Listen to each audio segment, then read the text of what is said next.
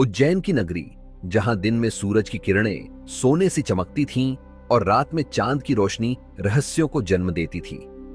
इस गौरवशाली साम्राज्य का राजा था विक्रमादित्य, एक योद्धा जिसके नाम से पहाड़ कांपते थे और एक प्रेमी जिसका दिल अपनी रानी मायावती के लिए धड़कता था। लेकिन हर शांति के पीछे एक तूफान छिपा होता है। यह कहानी उस रात की है जब उज्जैन की शांति को एक प्राचीन शैतान ने चुनौती दी। उसका नाम था रावणासुर। न राक्षस न मानव, बल्कि एक ऐसी शक्ति जो समय को चीर सकती थी, मृत्यु को ठेंगा दिखा सकती थी। यह कहानी जंग और खून की नहीं, बल्कि प्रेम, विश्वासघात और एक ऐसी साजिश की है जो विक्रमादित्य को अपने ही हृदय से सवाल करने पर मजबूर कर देगी। तैयार हो जाइए, क्योंकि यह रात अभिशप्त है। उज्जैन का राजमहल चांदनी में नहाया हुआ था। महल की ऊंची मीनारों पर सोने की परत चमक रही थी। दीवारों की नक्काशी चांद की रोशनी में जीवंत हो उठी थी, मानो वे कोई प्राचीन कहानी सुना रही हो। महल की सबसे ऊंची बालकनी में खड़े थे राजा विक्रमादित्य और उनकी रानी मायावती। मायावती की साड़ी हवा में लहरा रही थी। उसकी आंखों में एक अनकहा डर था जो चांदनी को भी फीका कर रहा था। वह धीमे स्वर में बोली, महाराज, आज की रात कुछ अलग है। हवा में एक ठंडक है जो हड्डियों तक चुभ रही है। मुझे बेचैनी हो रही है। विक्रमादित्य ने उसकी ओर देखा। उनकी आंखों में आत्मविश्वास था, पर हृदय में मायावती की चिंता का जवाब देने की हल्की बेचैनी।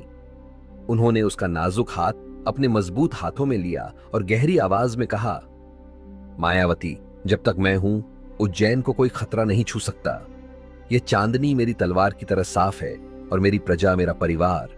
डर को अपने दिल में जगह मत दो। लेकिन जैसे ही ये शब्द उनके मुंह से निकले, दूर जंगल से एक चीख गूंजी। वह चीख ऐसी थी मानो किसी ने मृत्यु को अपनी आंखों से देख लिया हो। महल के पहरेदारों की तलवारें खनक उठीं। मायावती ने विक्रमादित्य का हाथ और कसकर पकड़ लिया और घबराते हुए बोली, महाराज, ये क्या था? ये कोई साधारण जानवर नहीं। विक्रमादित्य की भ्रिकुटी तन गई। उनकी आंखों में एक आग जली। उन्होंने दृढ़ स्वर में कहा, यह मेरी प्रजा की पुकार है। मुझे स्वयं देखना होगा। वीरभद्र, उनके विश्वस्त सेनापति वीरभद्र, एक विशालकाय योद्धा, तुरंत हाजिर हुआ। उसकी मूंछें तनी हुई थीं और कंधे पर विशाल तलवार चमक रही। आदेश महाराज, उसने गंभीर स्वर में पूछा। 9 वीरों को तैयार करो, हम जंगल जा रहे हैं, विक्रमादित्य ने जवाब दिया।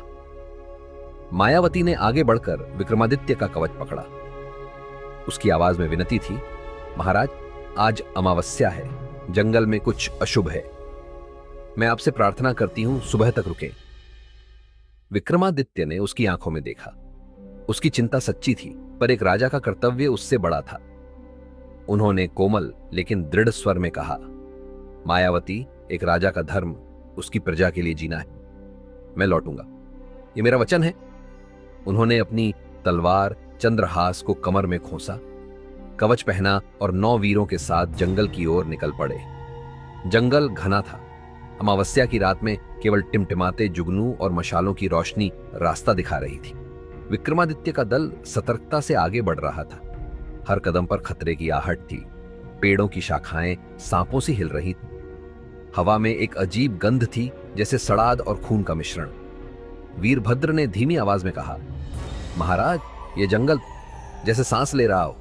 मैंने कई युद्ध लड़े, पर इस सन्नाटे में कुछ और है। विक्रमादित्य ने एक पल रुककर आसपास देखा। उनकी आंखें हर छाया को भेद रही थी। सावधान रहो वीरभद्र, यह सन्नाटा किसी तूफान का इंतजार कर रहा है। उन्होंने शांत लेकिन सतर्क स्वर में जवाब दिया। तभी एक वीर ने चिल्लाकर इशारा किया, महाराज, वहां मंदिर। दूर एक प्राचीन मंदिर के अवशेष दिखाई दिए। मंदिर की दीवारें जर्जर थीं, पर उन पर नक्काशी अभी भी साफ थी। नक्काशी में एक प्राणी था, काले पंख, लाल आंखें और दांतों से टपकता खून। विक्रमादित्य ने दीवार को गौर से देखा और गंभीर स्वर में कहा, यह रावणासुर का मंदिर है। हजारों वर्ष पहले इसे नष्ट कर दिया गया था। वीरभद्र ने हैरानी से पूछा, रावणासुर? वह तो किंवदंती है महाराज, एक शैतान जो अमर था। विक्रमादित्य ने दीवार को छुआ।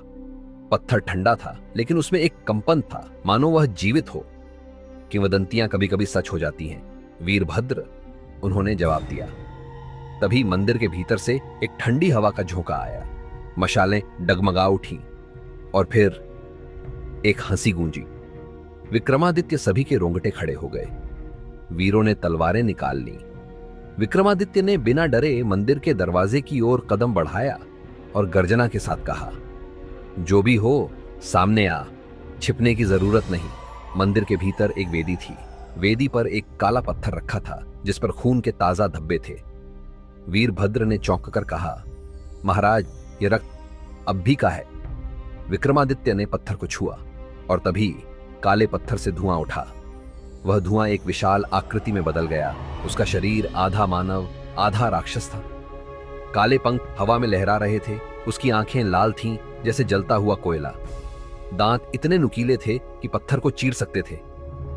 मैं रावणासुर हूं, उसने गहरी डरावनी आवाज में कहा। तूने मेरी शांति भंग की विक्रम, अब उज्जैन मेरा होगा। विक्रमादित्य ने अपनी तलवार चंद्रहास को सामने किया। उनकी आंखों में डर का नामो निशान नहीं था। रावणासुर, उज्जैन का हर प्राणी मेरी प्रजा है, तुझे मुझे पार करना होगा, उन्होंने गर्जना के साथ जवाब दिया। रावणासुर की हंसी जंगल में गूंजी। तू बहादुर है पर मूर्ख भी। मेरी शक्ति को कोई नहीं रोक सकता, लेकिन मैं तुझे मौका देता हूं। इस जंगल में 3 रहस्य छिपे हैं, उन्हें सुलझा, वरना अगली अमावस्या को उज्जैन राख हो जाएगा। रावणासुर धुएं में विलीन हो गया। मंदिर में सन्नाटा छा गया। विक्रमादित्य और उनका दल जंगल में फैल गया। रावणासुर ने 3 रहस्यों की बात कही थी, लेकिन कोई सुराग नहीं था। घंटों की खोज के बाद एक वीर ने एक गुफा देखी। गुफा का मुहाना कांटों से ढका था और उस पर एक शिलालेख था। विक्रमादित्य ने शिलालेख को पढ़ा। जो सत्य को झूठ से अलग करे, वही पहले रहस्य को खोले। गुफा के भीतर एक विशाल कक्ष था। कक्ष में 3 मूर्तियां थीं। पहली सोने की, चमकती हुई जैसे सूरज का टुकड़ा। दूसरी चांदी की, सुंदर और आकर्षक। तीसरी लोहे की, साधारण और जंग लगी। प्रत्येक मूर्ति के सामने एक प्रश्न लिखा था, कौन सा मार्ग जीवन देता है। मूर्तियों के पीछे 3 रास्ते थे। एक रास्ता सोने से जड़ा था, दूसरा रत्नों से सजा था और तीसरा कांटों और पत्थरों से भरा था। वीरभद्र ने चिंतित स्वर में कहा, महाराज, ये जाल है, हमें सावधान रहना होगा। विक्रमादित्य ने मूर्तियों को गौर से देखा। सोने की मूर्ति की आंखें खोखली, जैसे वह कुछ छिपा रही हो। चांदी की मूर्ति का चेहरा सुंदर था, पर उसका मुंह मुड़ा हुआ था, मानो वह झूठ बोल रही हो। लोहे की मूर्ति साधारण थी, पर उसकी आंखों में सच्चाई की चमक थी। सोना और चांदी आंखों को भटकाते हैं, लोहा सत्य बोलता है। विक्रमादित्य ने शांत लेकिन दृढ़ स्वर में कहा। उन्होंने लोहे की मूर्ति के सामने का रास्ता चुना, वह कांटों और पत्थरों वाला रास्ता। रास्ता कठिन था। कांटों ने उनके कवच को खरोंच दिया, पत्थरों ने उनके कदम डगमगाए। एक वीर का पैर फिसला और वह गिरते गिरते बचा। लेकिन विक्रमादित्य आगे बढ़ते रहे। उनकी आंखों में एक अटल संकल्प था। आखिरकार रास्ता एक प्राचीन तालाब तक ले गया। तालाब का पानी काला था, लेकिन उसके बीच में एक रत्न तैर रहा था जो चांदनी की तरह चमक रहा था। यह सत्य का रत्न है, विक्रमादित्य ने हैरानी से कहा। जैसे ही उन्होंने रत्न को छुआ, तालाब से एक प्राचीन साधु प्रकट हुए। उनकी दाढ़ी लंबी थी और आंखों में समय की गहराई। विक्रमादित्य, तूने पहला रहस्य खोज लिया, साधु ने गहरी आवाज में कहा। यह रत्न सत्य का प्रतीक है, इसे संभाल कर रख।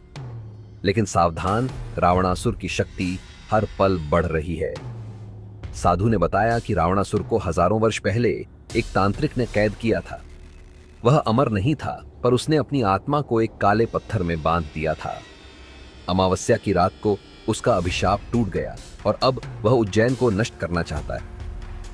तो उस पत्थर को नष्ट करना होगा, विक्रमादित्य ने दृढ़ स्वर में कहा। साधु ने मुस्कुराकर जवाब दिया, सब कुछ इतना सरल नहीं राजा, रावणासुर का अंत तुझ में छिपा है। यह कहकर साधु गायब हो गए। विक्रमादित्य रत्न लेकर महल लौटे, लेकिन वहां का माहौल बदला हुआ था। पहरेदारों की आंखों में डर था, नौकरानियां फुसफुसा रही। मायावती अपने कक्ष में अकेली थी, खिड़की के पास खड़ी। उसकी साड़ी हवा में लहरा रही थी और आंखें सूजी हुई थी। मायावती, क्या हुआ, तुम ठीक हो? विक्रमादित्य ने चिंतित स्वर में पूछा। मायावती ने पलटकर देखा। उसकी आंखों में आंसू थे, लेकिन होठों पर एक अजीब मुस्कान। महाराज, मुझे एक स्वप्न आया, उसने धीमी आवाज में कहा। एक काला साया उज्जैन को निगल रहा था। उसने मुझसे कहा कि आपको रावणासुर से नहीं लड़ना चाहिए। अगर आप लड़े तो मैं खो जाऊंगी। विक्रमादित्य का दिल धक से रह गया। उन्होंने मायावती के कंधे पकड़े और कोमल लेकिन गंभीर स्वर में कहा, मायावती, यह स्वप्न नहीं, भ्रम है। रावणासुर तुम्हारे मन से खेल रहा है। लेकिन मायावती ने उनकी आंखों में देखा। उसकी आवाज में एक ठंडक थी। क्या आप सचमुच मुझ पर भरोसा करते हैं महाराज? विक्रमादित्य स्तब्ध रह गए। मायावती की बातों में कुछ छिपा था। उन्होंने महल के पुरोहित को बुलाया। पुरोहित ने बताया कि रावणासुर की शक्ति मानव मस्तिष्क को भ्रमित कर सकती है। लेकिन विक्रमादित्य का मन उलझ गया। उसी रात जब वे अपनी योजनाएं बना रहे थे, एक गुप्त पत्र उनके कक्ष में मिला। पत्र में लिखा था, रानी मायावती जो दिखती है वह नहीं, सावधान रहो राजा। विक्रमादित्य का खून खौल उठा। क्या उनकी प्रिय रानी वाकई कोई रहस्य छिपा रही थी? उन्होंने पत्र को आग में जलाया और मन ही मन फैसला किया। वह मायावती पर भरोसा करेंगे, लेकिन सच्चाई की तह तक जाएंगे। अगली रात ये विक्रमादित्य फिर जंगल गए। इस बार रावणासुर का साया और घना था। पेड़ों की शाखाएं सांपों सी लहरा रही थीं। हवा में खून की गंध थी। तभी एक और गुफा दिखी। गुफा के द्वार पर लिखा था, जो भय को जीते वही दूसरा रहस्य पाए। गुफा के भीतर एक विशाल राक्षस था। उसका शरीर पत्थर सा कठोर था और हाथ में एक त्रिशूल चमक रहा था। विक्रम, तूने मेरा रत्न चुराया, अब मर। राक्षस ने गर्जना की। राक्षस ने त्रिशूल फेंका। विक्रमादित्य ने चंद्रहास से उसे रोक लिया, लेकिन राक्षस की आंखें भ्रम पैदा कर रही थीं। विक्रमादित्य को लगा कि वे अकेले नहीं, सैकड़ों राक्षसों से घिरे हैं। तभी उन्हें साधु की बात याद आई। रावणासुर का अंत तुझ में है। उन्होंने रत्न निकाला और उसकी रोशनी राक्षस पर डाली। राक्षस धुएं में बदल गया। लेकिन गुफा में एक और शिलालेख था, दूसरा रहस्य तुझ में है, अपने हृदय को देख। विक्रमादित्य समझ गए कि दूसरा रहस्य उनके साहस और विश्वास में था। लेकिन जैसे ही वे गुफा से बाहर निकले, रावणासुर का साया फिर प्रकट हुआ। विक्रम, तूने 2 रहस्य खोज लिए, पर तीसरा तुझे तोड़ देगा। मायावती मेरी है, रावणासुर ने ठाका मारते हुए कहा। विक्रमादित्य का खून खौल उठा। उन्होंने चंद्रहास उठाया और चिल्लाए, रावणासुर, मैं तुझे खत्म कर दूंगा। लेकिन साया हंसते हुए गायब हो गया। महल लौटते ही विक्रमादित्य ने मायावती को अपने कक्ष में बुलाया। मायावती, तुम मुझसे क्या छिपा रही हो? उन्होंने गंभीर स्वर में पूछा। मायावती की आंखों में आंसू थे। वह कांपती आवाज में बोली, महाराज, मेरे पूर्वज रावणासुर के अनुयायी थे। मुझे डर है कि उसका अभिशाप मुझ पर भी है। मैंने आपको इसलिए नहीं बताया क्योंकि मैं नहीं चाहती थी कि आप मुझे गलत समझें। विक्रमादित्य स्तब्ध रह गए। उनकी रानी, उनका प्रेम रावणासुर से जुड़ी थी, लेकिन उनके हृदय ने कहा कि मायावती पर भरोसा करना होगा। मायावती, तुम मेरी रानी हो, हम मिलकर इस शैतान को हराएंगे। उन्होंने कोमल लेकिन दृढ़ स्वर में कहा। उन्होंने उसे गले लगाया, लेकिन उनके मन में एक सवाल कौंध रहा था, क्या मायावती सच कह रही थी या यह रावणासुर का जाल था?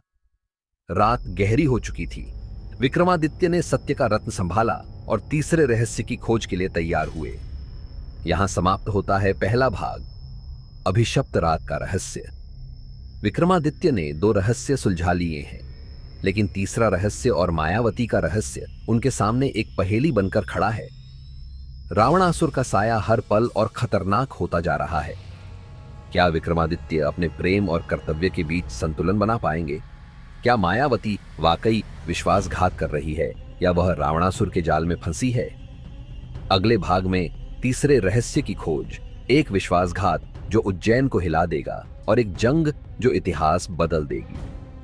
आगे जानने के लिए हमारे साथ बने रहिए और इस वीडियो को अपने दोस्त और परिवार के व्हाट्सएप ग्रुप में शेयर जरूर कर दीजिए। अगर आपको वीडियो पसंद आई है तो वीडियो को लाइक करके चैनल को सब्सक्राइब जरूर कर लिए। और अगला भाग जल्द पाने के लिए वीडियो कैसा लगा कमेंट्स करके जरूर बताएं। हाँ, धन्यवाद।